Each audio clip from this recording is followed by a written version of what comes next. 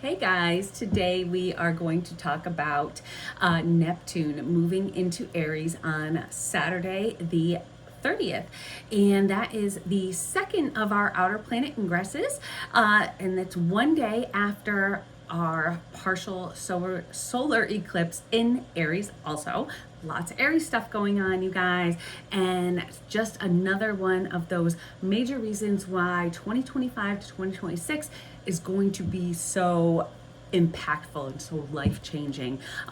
In order to really anticipate what this ingress is going to look like, you want to really familiarize yourself with the themes, the influences of Neptune and what Neptune's all about.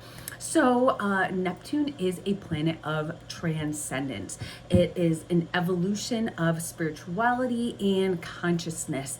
Neptune rules all things liquid. It's water, oceans, seas, rivers, oil, gas, even beverages, alcohol.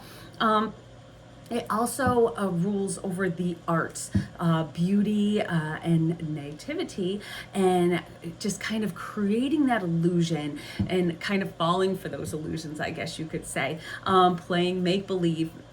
Think Hollywood movies, TV shows, which are taking you into a different world, books, even paintings that can bring you somewhere else, and even video games. Really, nowadays, that is kind of like it's taking you into a different place. It's putting you into a different thing, and even with those VR goggles, especially something like that.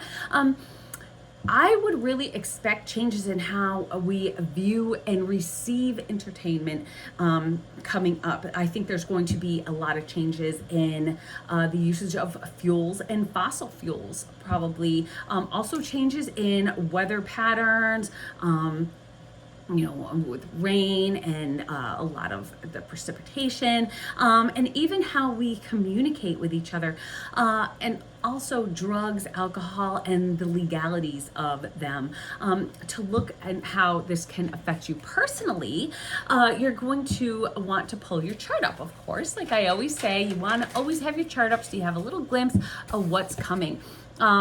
If you don't know how to find one, contact me. I'll get you a free one, and we can see where these areas of your life, what areas they're going to affect, pretty much of what house it's going to be falling in. So if it's in your first house, it's going to affect yourself. If it's second, it's money and how you make it. Third, acquaintances, siblings, your close community contacts. Fourth is your home life and your heritage. Fifth is your children, creativity, and how you have fun. Again, kind of watching movies and things like that. Health and everyday work routines, and your pets is the sixth house.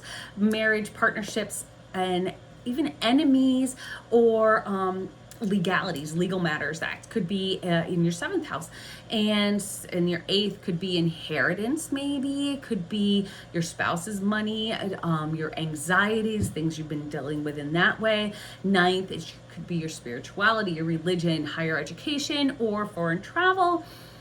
10th house, your career and reputation, of course, and 11th, friendships, social groups, humanitarian activities, and 12th house could be your inner work, your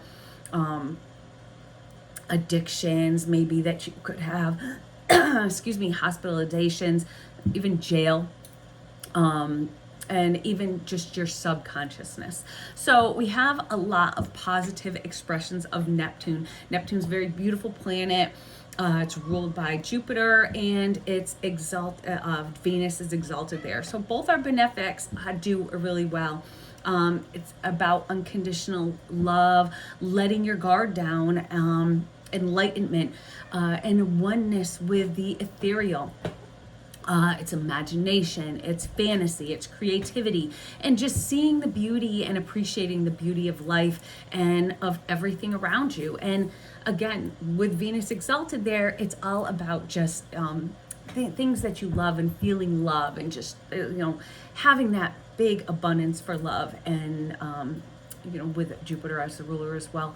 So, but there are negatives. So because our boundaries are going to be a little bit dropped, you can be a little too yielding, a little too like willing to go along with things because of a broader acceptance for everything. You can get easily disillusioned. Also, escapism into fantasy, when reality just might seem to be too much. This can lead to different kinds of addictions. It could lead to addictions with drugs, alcohol, even video games, because you want to take yourself into a different world. In Aries, with Neptune moving into Aries, you're acting on the unknown, almost like the fantasy, acting on that kind of fantasy life, and it can get a little bit careless. So you want to be careful there. I'm sure many already are feeling it. I know I am, because as it gets closer and closer, as that 29th degree, your dreams are intense. Your sleep patterns are probably really all over the place. I know I'm waking up all different times of night. My dreams are super intense. So you also might want to pay attention to your dreams too, because they could be really, kind of focusing on kind of a foretelling, almost a grasping at the past, even if that's kind of where your consciousness is. Where's your openness? As Neptune moves closer and closer to that ingress, completing its cycle around the zodiac, it's kind of like, again, that completion. And we have that with the partial solar eclipse the day before. So, and just with starting the whole new zodiac with the Aries ingress. So we have lots of newness happening with this. This is coming one day after that solar eclipse in Aries. So it's closing the door, closing a past chapter of our lives. Okay, this one's done, and we're gonna get ready to start writing that next. The next chapter can be as exciting as you let it be. So you have to be open to it, be open to the excitement, and just don't give in to the fear. This can be as big as, so I picture that Michael Jackson video, and I tried looking up which one it was, and I can't remember, but where he's standing and he's yelling and there's smoke all around him and his shirt's blowing open. It can be like that. It can feel like that, just exhilarating, just like letting that air just blow at you, that excitement. Or even just as kind of subtle as when Marilyn Monroe steps over the sewer grate and her dress blows up. So it's just the kind of, there's that kind of woo, exhilaration. So if you just kind of go with it and let it take you on that ride.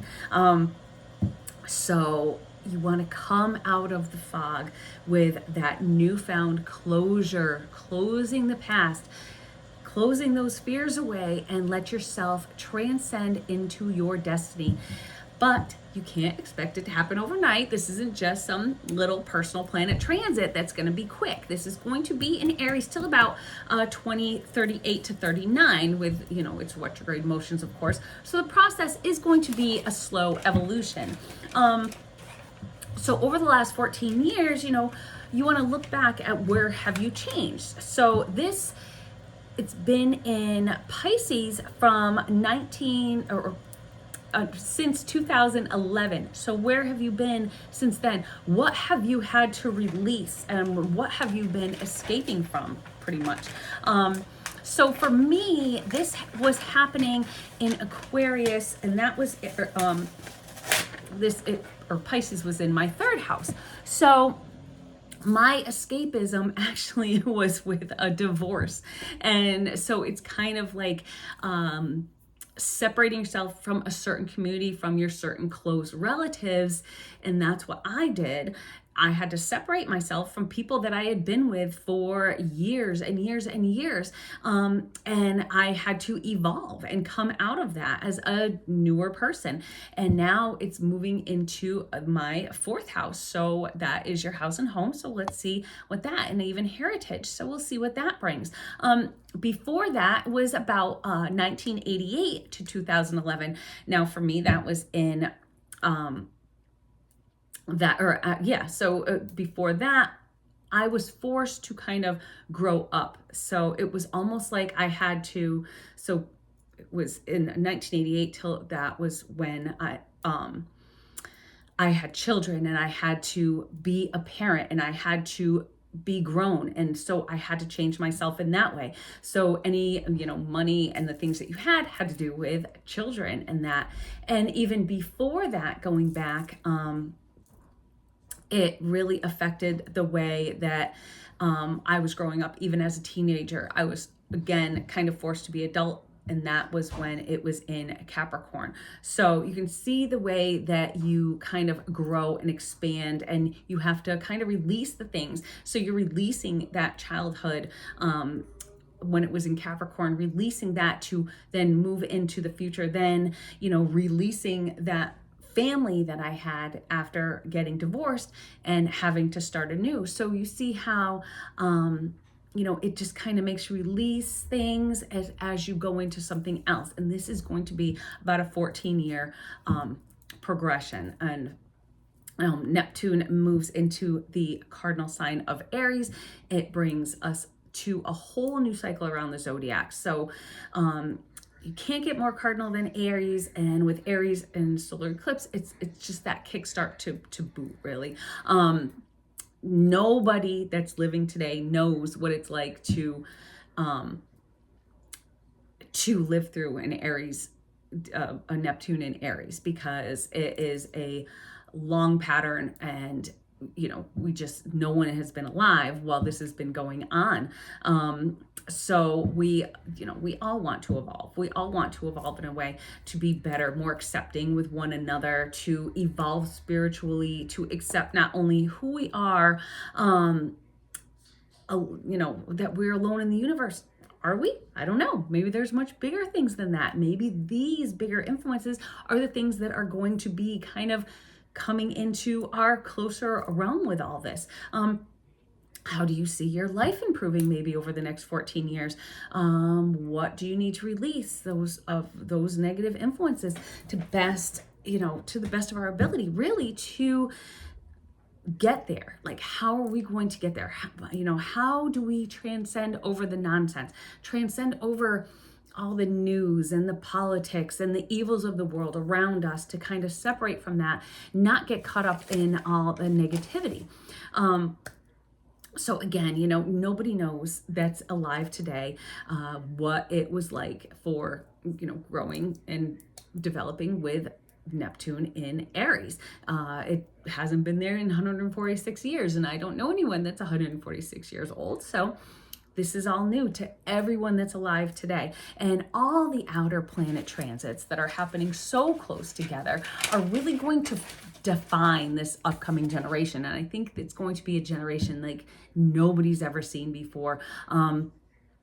We already have Pluto that is pretty much now solidly into Aquarius, preparing us for total transformation, new kind of normals, new ways of living, new ways of being. And then we have Neptune, the planet of imagination, moving into the ambitious Aries. So our ambitious imaginations can take us to who knows where. They can go so far. Anything that you imagine, you can make come true.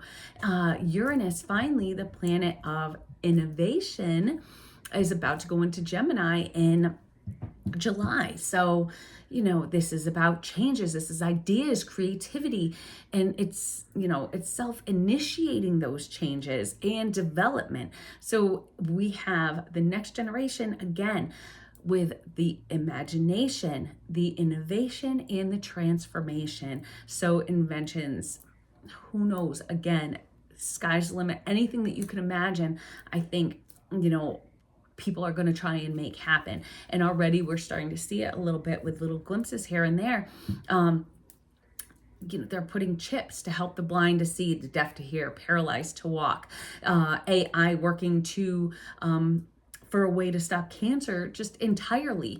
And, maybe even the ability to visit Mars. I know they're sending a spacecraft up there right now. Maybe communication with aliens. All these things that were once in sci-fi, that once were that fantasy, are beginning to be imagined, but invented and innovated in a way which will really just transform the world around us. On a collective scale, we can look at the history of Neptune in Aries. So we can look at the history of the world pretty much to get some ideas of what this can mean. So the last time was 1861 to 1865. Before that was 1697, 1712. Prior to that, 1533 to 1548, 1370 to 1384, and so on and so forth. Now, I didn't research that far back because so many things have changed since then, but some similar themes that I found. If you look at the last two, first one was fossil fuels. So in the last time that we saw Neptune in Aries, whale oil was lessened. So the use of whale oil was lessened as oil wells really began producing. So we were getting oil from the fossil fuels instead of using oil from whales, which is nice because, there's only one way to get it. Back even further to the prior Neptune in Aries, we had the first coal mine opening in the Americas. So again, using those fossil fuels. So it'll be interesting, especially with everything that's going on with, talking about the climate and talking about, gas cars versus electric cars and, all that kind of stuff. It'll be interesting to see what develops there. Maybe it could be a whole different way of getting around. Boundaries and divisions was another thing. So in the last Neptune in Aries, we had the Civil War, but we also had the Emancipation Proclamation, freeing the slaves. So it was pretty much where they gave the slaves like a certain amount of land. And then before that, we had the French colonization of North America. Now we also had at the prior one, we had Indian tribes being put into reservations, and that was really happening for a lot of it. And kind of similar to the Emancipation Proclamation, but you were taking away what they already had and putting them into smaller reservations. So you were giving them land, but they already had all the land they needed, but you were actually taking that away. So you could see the way the different nuances kind of worked out there as far as boundaries and divisions. Also, the reformed U.S. had to reform itself.